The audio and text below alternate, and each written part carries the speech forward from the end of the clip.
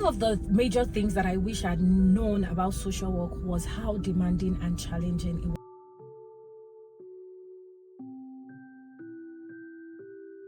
Hi everyone, welcome back to my channel. My name is Opehi. I'm a social worker and I live here in Regina, Saskatchewan, Canada. On today's video, I'm going to be talking about something dear to my heart, and that's the social work profession. And I'll be sharing with you some of the things that I personally wish I knew before I got into the social work profession. Now, I want you to know that social work is a very rewarding profession. There's a lot of growth and there's a lot of opportunities in social work, but there are some things that I personally wish that I had taken into consideration before joining this career path, and I'll be explaining to you what I mean in this video. Before we move ahead, I want to give you a backstory into how I got into social work. So I have a bachelor's degree in psychology, which I got in the University of Ado-Ekiti, Nigeria. And after getting my degree in social work, I wanted to go and do a master's in clinical social work because I wanted to help people, with their emotional well-being and their mental health. So I was planning to go do clinical psychology after school, but fortunately or unfortunately for me, somehow life took me out of Nigeria and I went to the United States. On getting to the United States, I decided to go pursue a career in nursing. I started with the certified nursing assistant certification, and after which I was a nursing assistant in the United States. I knew I didn't want to be a nursing assistant for the rest of my life, so I decided that I was going to do something more. What I was thinking at that time was to go into nursing, and I didn't have enough information as I have now about nursing. Maybe I would have just stuck with nursing profession, but at that time I thought nursing was majorly about bedside nursing, and I didn't want that for myself. I didn't just want to be stuck doing bedside nursing. I didn't know I could also be like a nursing practitioner and do my own diagnosis and consultation. I didn't know that was possible because I didn't do those researches, right? So at the time, myself and my husband, we made some research and we found out about social work. We tried to find out what social work is about. Social work was something that I was also interested in because I was always in the business of helping people. I love helping people. I knew nursing was something, social work was something that I was going to be interested in, so we pursued a social work career. I applied to 5 universities in the UK, and then I got admission into Liverpool Hope University in the United Kingdom. At the time, all 5 schools that I applied to, all 5 schools granted me admission, but I chose Liverpool Hope University for 2 reasons. 1, it was very affordable, and 2, their course description and the way that the course was going to be done, like practicum and all that, just worked well with me at the time, my timing, because I was going to be working full-time and going to school at the same time. So it just worked well for me, and I decided I was going to go with Liverpool Hope University. And here we are today. I have a master's in social work from Liverpool Hope University.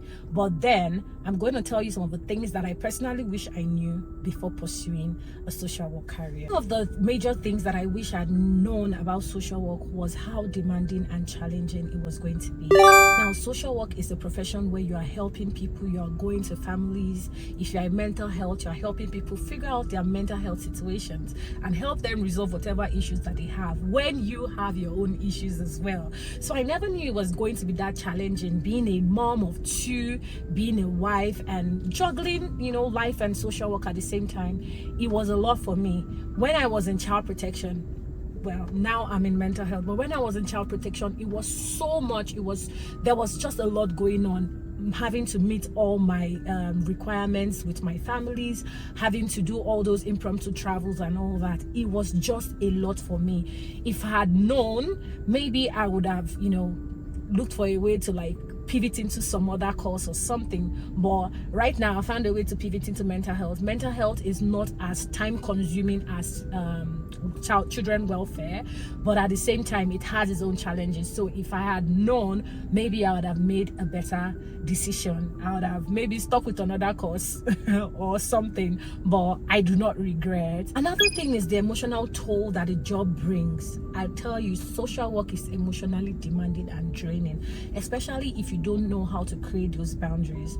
Now, you're working with families, you're working with people, and it is hard for you to just switch off and go home. I know people would say, social work lecturers, professors, mentors, they will all tell you that you should be able to create a good work-life balance. I tell you, that is something very tricky that we all struggle with. We struggle with that, being able to shut off, because if you're working with people and you go home, somehow you still continue to think about those cases. You continue to wonder if that mom is okay. You continue to wonder if that child is going to be safe, things like that. That emotional toll that it has on you, it can be very, very depressing, especially when you're working with children and families. You are human. When you see the things that some children go through, it could have an emotional toll on you. So one thing that we should not underestimate as social workers is that we also need to take time so we do not burn out. We need to take time off work, use your sick leaves, use your vacations, use all those times and go relax. After work, take out time to, self-care. We always say self-care, self-care, self-care, and people underestimate the power of self-care. Take care of yourself in as much as you're trying to help people, because if you're not 100, you're unable to give even 10.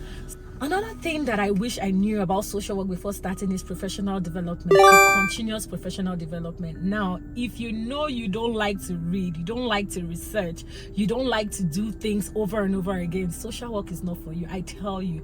Because here, yearly, for you to be registered for the new year, you have to show about 40 hours of professional development. So you have to read.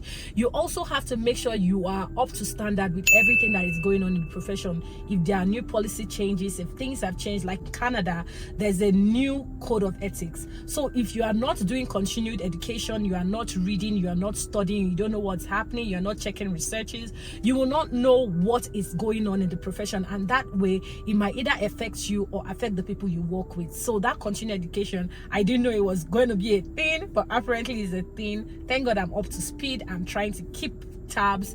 I think right now I have 38 hours of professional development already for the new year. That's to get registered for the new year. So yeah, that's one thing that you should put in mind if you are also trying to get into social work. Number 4 on my list is building a professional network. I tell you, especially in Canada, networking is the key for you to grow in your career, for you to know what's going on. You need to network. When I came into Canada, I didn't really understand what networking is until I got into the system. In the UK, for example, what they teach us is more of frontline social work.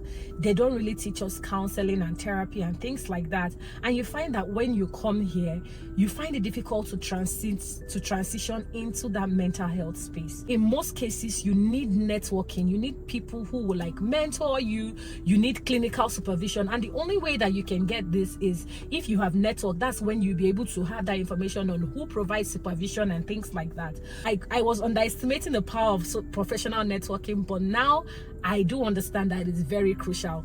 In Saskatchewan, we have a Black Association of Social Workers. I know they have that in Nova Scotia as well. And we have the different bodies like Saskatchewan Association of Social Workers, the Canadian Association of Social Workers. These are all professional bodies that you can get registered in so that you can have those growths. You network, you ask people. That way you are not left behind on the profession, if you get what I mean. So this is something that I underestimated, and this is something that we must all consider as social workers, especially here in Canada. Now that would seamlessly take me into my 5th point, and that is finding out your specialty.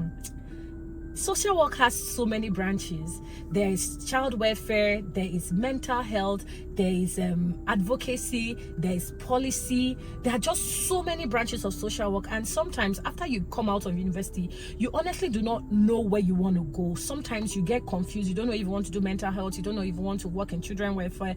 Figuring out that can be very, very challenging. What I would suggest, or what I did, was I started reading about other branches, figuring out what they do, and that way I decided that I wanted to go into mental health. So right now I'm trying to do some professional development to take me fully into that field. So this is something that we underestimate as social workers. We should always try and figure out what specialty we want to go into. I underestimated that. I didn't take it seriously, but right now it's something that I wish I knew from the beginning. That would have actually helped me in deciding where I went for my studies. But I guess it's too late to cry when the milk has been spilled already.